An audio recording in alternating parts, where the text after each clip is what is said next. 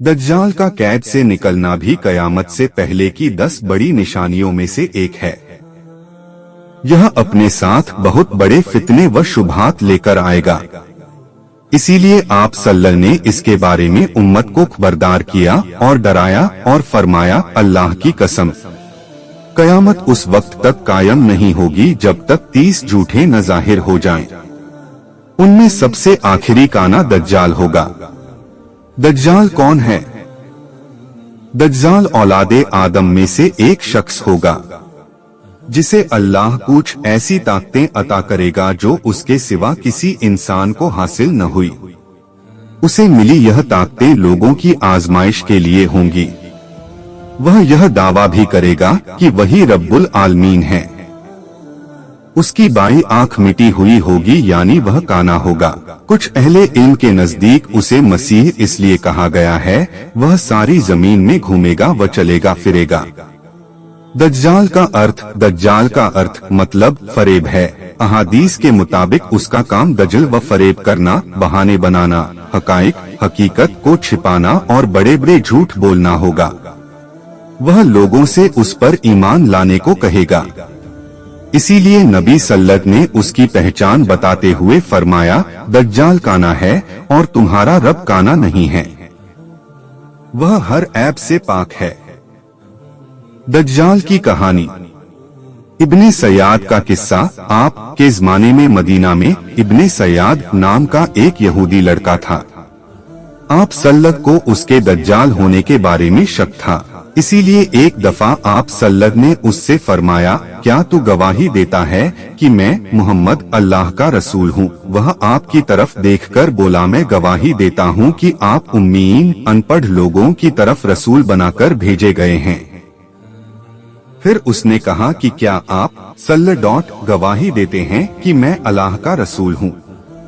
आप सल्लल्लाहु ने उसकी रिसालत का इनकार किया और फरमाया, मैं अल्लाह पर और उसके रसूलों पर ईमान लाता हूँ। फिर आपने इब्ने सयाद से पूछा कि तुझे क्या नजर आता है? उसने बताया कि मेरे पास सच्चा और झूठा आता है। तब आप सल्लल्लाहु ने उससे फरमाया, मैंने तेरे लिए दिल में एक चीज छिपा रखी है। इब्ने सयाद ने दुखान कहने की भरपूर कोशिश की, लेकिन यह लफ्ज अदा करने की उसे तौफीक न मिली। वह सिर्फ दुख ही कह सका। आप सल्लल्लाहु ने फरमाया, फटकार है तुझ पर, तू अपनी हैसियत से आगे न बढ़ सकेगा। हजरत उमर रजी ने अर्ज किया कि मुझे इजाजत दीजिए कि मैं इसकी गर्दन उड़ा दूं। आप सल्लल्लाहु ने फरमाया, इसे छोड़ दो, अगर यही दज्जाल है तो तुम इसे नहीं मार सकोगे, और अगर यह दज्जाल नहीं है तो इसे कत्ल करने से कोई फायदा नहीं है। अल्लाह के रसूल सल्लल्लाहु ने फरमाया, आदम अलैहि की पैदाइश से लेकर कयामत के दिन तक दज्जाल से बड़ी कोई मुसीबत नहीं। दज्जाल के अलावा दूसरे फितनों का तुम्हारे बारे में मुझे ज्यादा डर है। दज्जाल अगर मेरी जिंदगी में निकल आया तो मैं दलील के जरिए मुकाबला करके तुम सब की तरफ से उस पर भारी पड़ूंगा, और अगर वह मेरे बाद आया तो हर शख्स दलील के साथ उस पर गालिब आने की कोशिश करे। अल्लाह हर मुस्लिम की मदद करेगा। मैं तुमको उससे डरा रहा हूँ।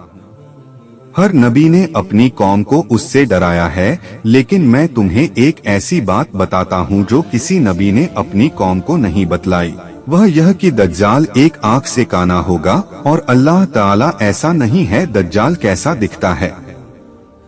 वह छोटे कद, मजबूत जिस्म और बड़े सर वाला होगा। उसकी दोनों आंखें ऐबदार होंगी। दाईं आंख अंगूर की तरह फूली हुई होगी और बाईं आंख पर चमड़ा आया हुआ होगा। बाल घने व घुघराले होंगे। सफेद रंगत वाला होगा और उसकी दोनों आंखों के बीच काफिर लिखा होगा। तमीमदारी रजी की दज्जाल व जस्सासा वाली हदीस के मुताबिक वह एक समंदरी जजीरे में कैद है।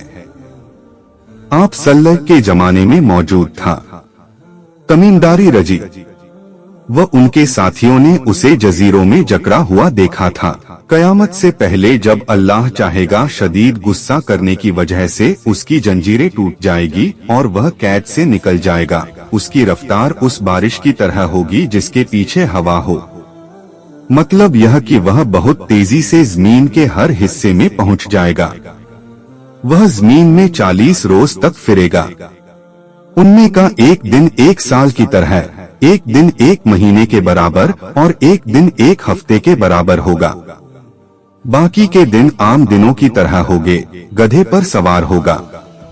उसके दोनों कानों के बीच 40 हाथ का फासला होगा।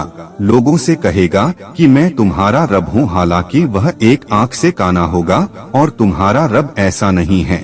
उसकी दोनों आंखों के बीच काफिर लिखा होगा, जिसे हर मोमिन पढ़ लेगा, चाहे वह पढ़ा लिखा हो या अनपढ़। मशरिक की तरफ से आएगा। उसका इरादा मदीना में दाखिल होने का होगा, मगर उहद पहाड़ के पीछे फरिश्ते उसे रोककर उसका रुख शाम, सीरिया की तरफ फेर देंगे। उसके साथ जन्नत व जहन्नम होगी। उसकी आग असल में जन्नत होगी और उसकी जन्नत हकीकत में जहन्नम होगी। उसके साथ पानी और आग होगी। उसकी आग असल में ठंडा पानी होगी और उसका पानी हकीकत में आग होगी। तुम में से जो कोई दज्जाल को पाए तो उसे चाहिए कि उसकी आग में कूद जाए, क्योंकि वह ठंडा मीठा पानी होगा। वह एक कौम के पास आएगा तो वह कौम उस पर ईमान ले आएगी। वह आसमान को हुक्म देगा तो वह बारिश बरसाना शुरू कर देगा। जमीन को हुक्म देगा तो वह पैदावार देना शुरू कर देगी। भेड़ बकरियां जब चर कर लौटेंगी तो उनके थन दूध से लबरेज होंगे। फिर जब वह एक दूसरी कौम के पास जाएगा तो वह उस पर ईमान नहीं लाएगी। सुबह जब वह कौम अपने खेतों को देखेगी तो फसलें बर्बाद हो चुकी होंगी और जमीन बंजर। वह उस बंजर जमीन को हुक्म देगा तो जमीन से खजाने निकलकर शहद की मक्खियों की तरह होकर उसके पीछे पीछे चलेंगे।